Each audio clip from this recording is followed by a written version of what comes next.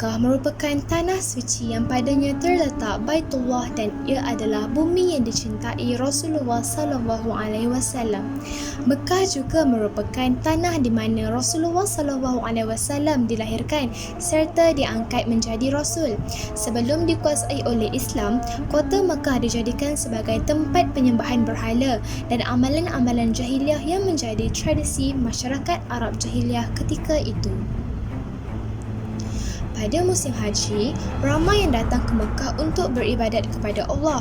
Namun, masyarakat Quraisy menjadikan Kaabah sebagai tempat sembahyang selain daripada Allah. Mereka menjadikan penziarahan ke Kaabah sebagai sebuah pesta tahunan. Nabi Muhammad mengambil peluang ini untuk memperluaskan ajaran Islam. Yang tertarik dengan ajaran Islam ialah sekumpulan orang daripada Yathrib. Mereka bertemu Nabi Muhammad di sebuah perkampungan bernama Aqabah secara senyap. Setelah memeluk Islam, mereka bersumpah untuk membantu orang-orang Islam di Mekah dan melindungi Islam. Pada tahun berikutnya, kumpulan tersebut datang semula ke Mekah untuk bertemu dengan Nabi Muhammad di tempat yang sama. Tetapi pada kali ini, pakcik baginda iaitu Abbas bin Abdul Muttalib yang belum menganut agama Islam turut bersama hadir dalam pertemuan itu. Mereka mengajak Nabi Muhammad dan orang-orang Islam di Mekah untuk berhijrah ke Yathrib dan mereka berjanji untuk melayan orang-orang Islam di Mekah sama seperti saudara mereka sendiri. Dan kemudian, Nabi Muhammad akhirnya bersetuju untuk berhijrah beramai-ramai ke bandar tersebut. Setelah mengetahui rancangan masyarakat Islam ke Mekah untuk berhijrah ke Yathrib, masyarakat jahiliah Mekah cuba menghalang mereka. Masyarakat jahiliah Mekah mula bimbang kerana penghijrahan ke Yathrib akan memberi peluang kepada orang Islam untuk mengembangkan agama mereka ke daerah-daerah Arab yang lain. Di Yathrib, Nabi Muhammad SAW menjadi pemimpin kerajaan Islam. Umat Islam bebas mengerjakan salat di sana. Pihak musyrikin Mekah sedar akan perkara ini dan bertindak dengan melancarkan serangan terhadap pihak muslimin. Antara serangan-serangan yang dilakukan ialah Perang Badar, Perang Uhud dan Perang Ahzab. Satu perjanjian kemudian yang dibuat dengan pihak Quraisy Mekah. Perjanjian tersebut dinamakan Perjanjian Hudaibiyah. Fath Mekah atau pembukaan kota Mekah berlaku pada 11 Januari 630 Masihi bersamaan 20 Ramadan 8 Hijrah setelah perjanjian Hudaibiyah dikhianati oleh Quraisy Mekah. Quraisy Mekah mengkhianati perjanjian Hudaibiyah dengan memberi bantuan dan sokongan kepada Bani Bakar yang merupakan sekutu mereka untuk menyerang Bani Khuza'ah yang merupakan sekutu kaum muslimin. Mereka telah menyerang Bani Khuza'ah dan telah membunuh penduduk Bani Khuza'ah. Pengkhianatan terhadap perjanjian Hudaibiyah ini sampai kepada pengetahuan Nabi Muhammad. Maka, Nabi Muhammad bertekad untuk membantu Bani Khuza'ah yang menjadi sekutu kaum muslimin sebagaimana dalam perjanjian Hudaibiyah. Nabi Muhammad membuat persiapan rapi untuk memerangi kaum Quraisy Mekah. Nabi Muhammad menyusun strategi. Bersama sahabat Nabi Muhammad, 10,000 orang tentera Islam terus menuju ke Mekah. Dalam perjalanan, tentera Islam telah bermalam di Ma'run Zahran. Nabi Muhammad SAW mengarahkan tentera Islam supaya mendirikan khemah dan menyalakan obor api yang banyak untuk menggerunkan masyarakat Quraisy. Untuk memasuki kota Mekah, Nabi Muhammad memerintahkan tentera Islam supaya berpecah kepada 4 kumpulan dan memasuki Mekah melalui 4 penjuru. Hasrat dan persiapan Nabi Muhammad itu diketahui oleh Quraisy Mekah sehingga menggerunkan mereka. Mereka cuba menghantar Abu Sufyan untuk berunding tetapi ditolak dengan tegas oleh Nabi Muhammad sehingga memaksa Abu Sufyan memeluk Islam. Malah, ia telah membuka ruang kepada Islam untuk menguasai kota Mekah.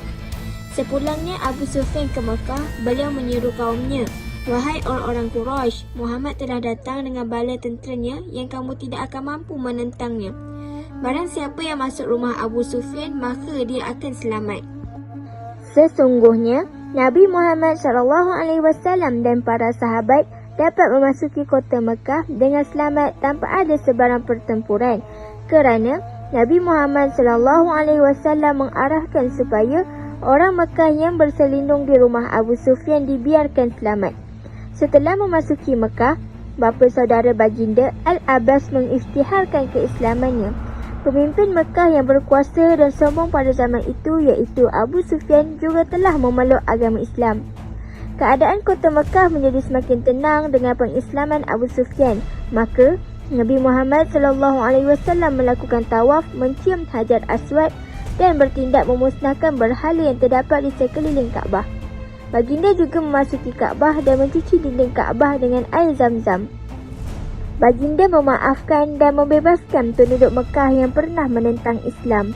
Rasulullah SAW mengatakan bahawa hari ini adalah hari berkasih sayang.